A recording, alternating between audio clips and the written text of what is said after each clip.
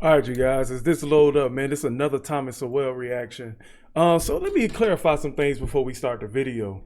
Um, so I know that these are clips, you know what I'm saying? So I know I'm not getting the full context of what's happening in these clips.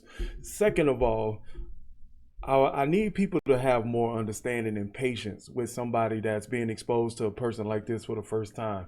Second of all, I do have things that I know for sure that have happened, in slavery. And you know what I'm saying? I'm not discrediting Thomas Sowell. I'm just having questions. That's it. So without further ado, man, facts about slavery never mentioned in school. Let's get it.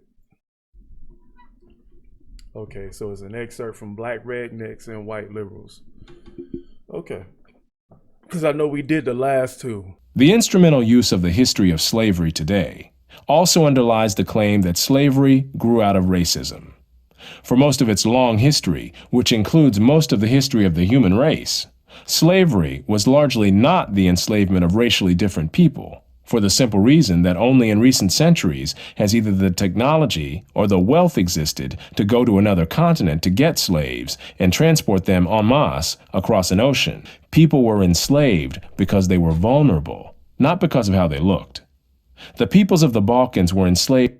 So people were enslaved because they were vulnerable. So I want y'all to keep that in mind next time we talk about how Africans were sold or stolen from Africa.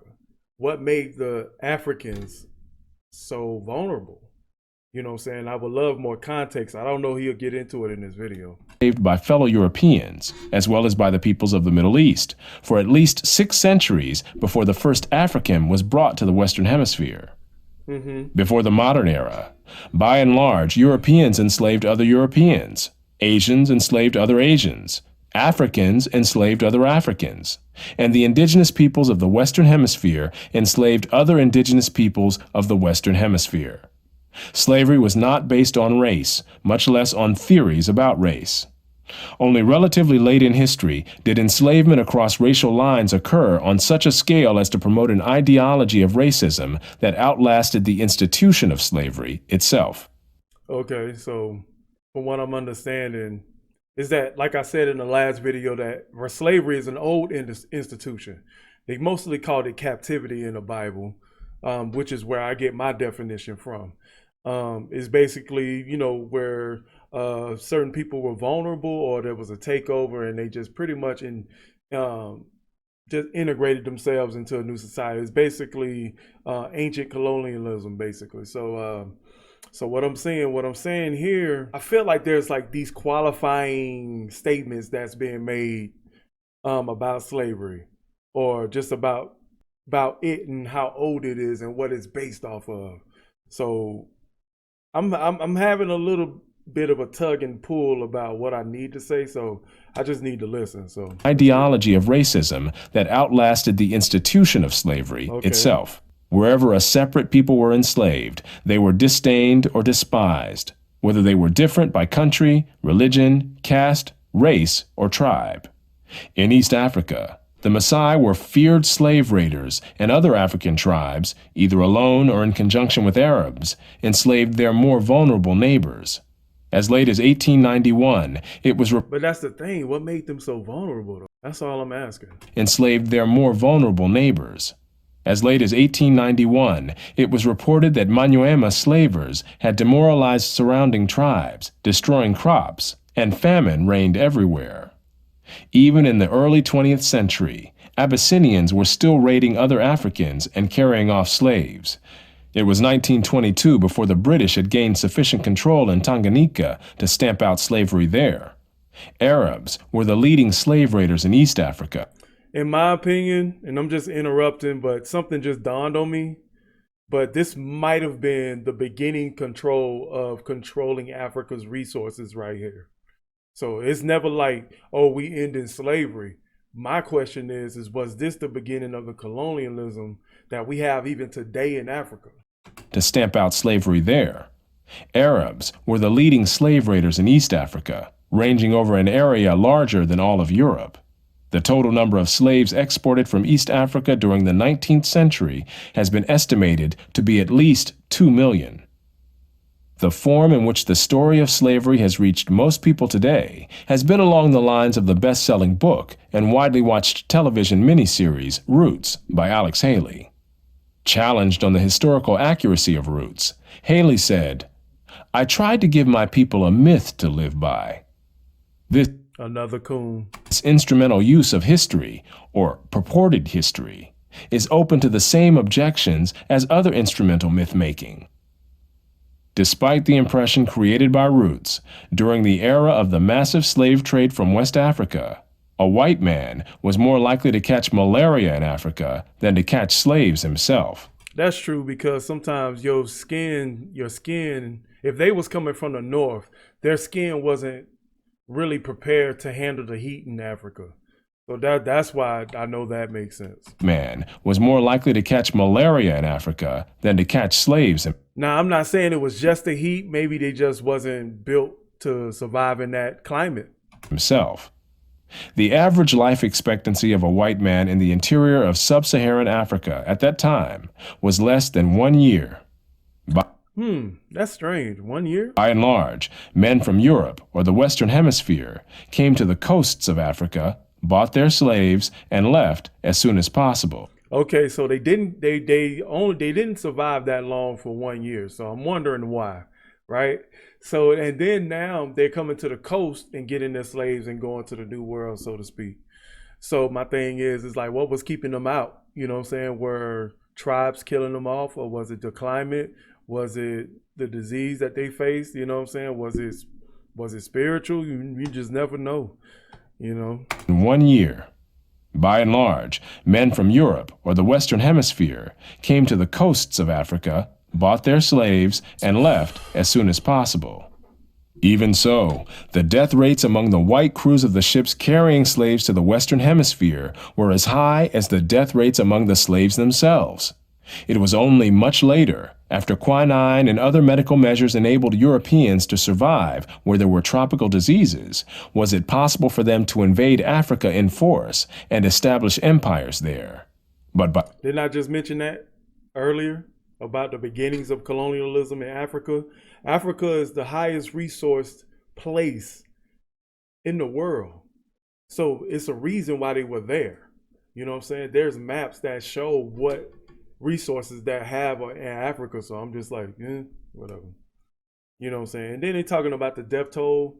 I get what he's saying, you know, but how are we measuring that? Is there documents that show, you know, how many died legitimately, or are we just insinuating? By then, the Atlantic slave trade had already been ended.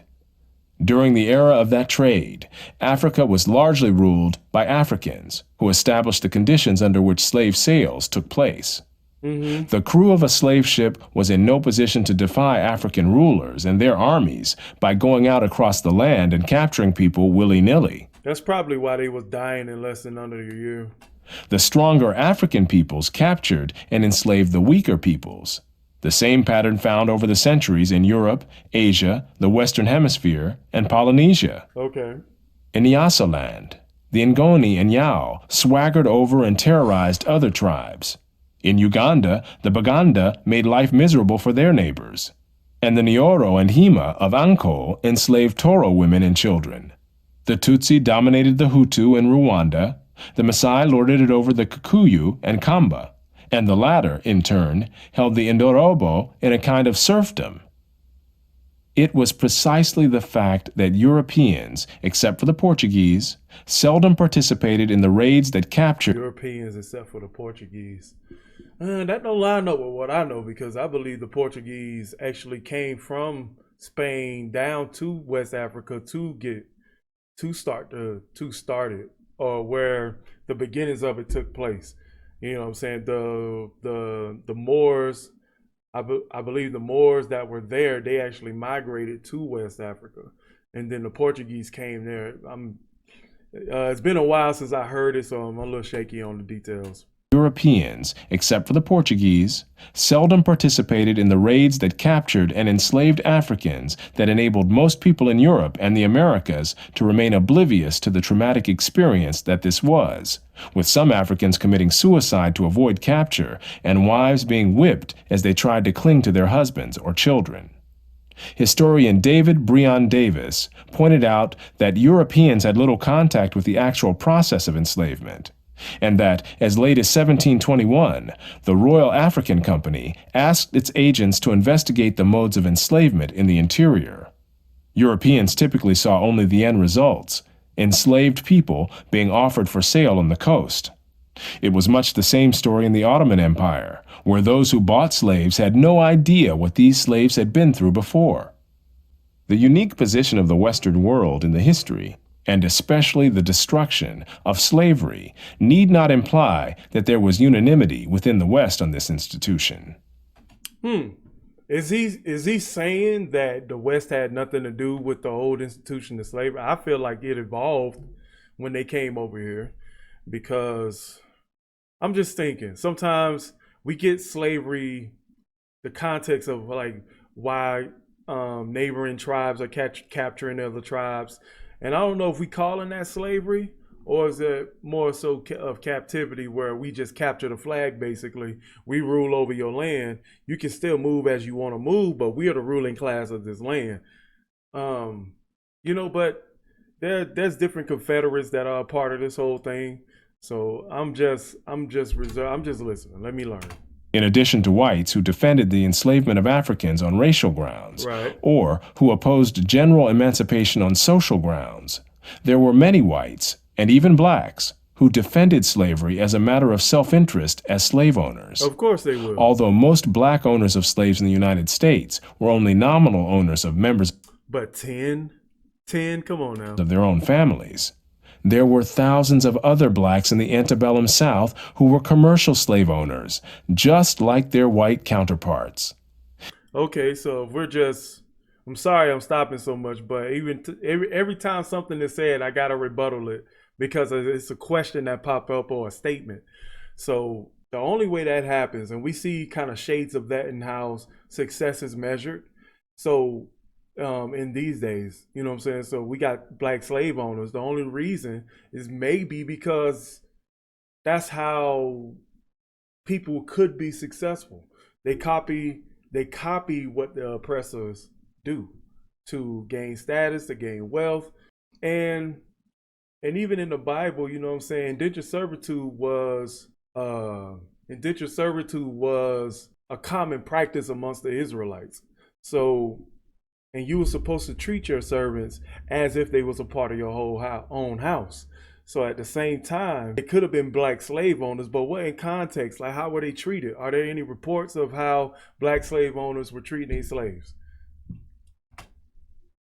An estimated 1/3 of the free persons of color in New Orleans were slave owners, and thousands of these slave owners volunteered to fight for the Confederacy during the Civil War. Black slave owners were even more common in the Caribbean. In short, there were many defenders of slavery in the West, even in the 19th century. And outside the West, slavery was too widely accepted to require defense. No other nation ended slavery in the same way as the United States did, and few ended it after so short a struggle, as history is measured.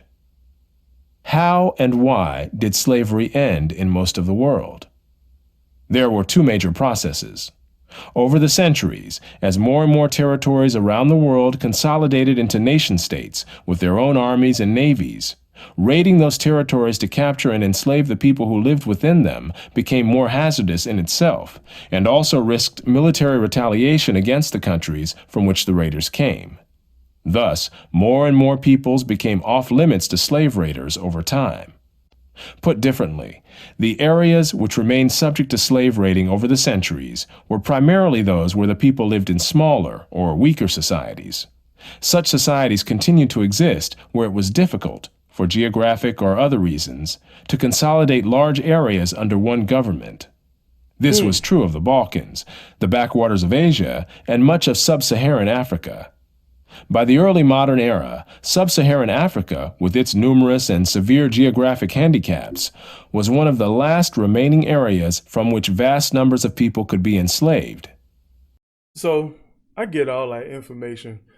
Just a lot of the times when I come to question everything is based off the information that I tend to look at. And there's more to this, man. There's what I appreciate Mr. Sowell, Elder Sowell, for doing all this research. I feel like when I put it up against what I know, it's pieces to it.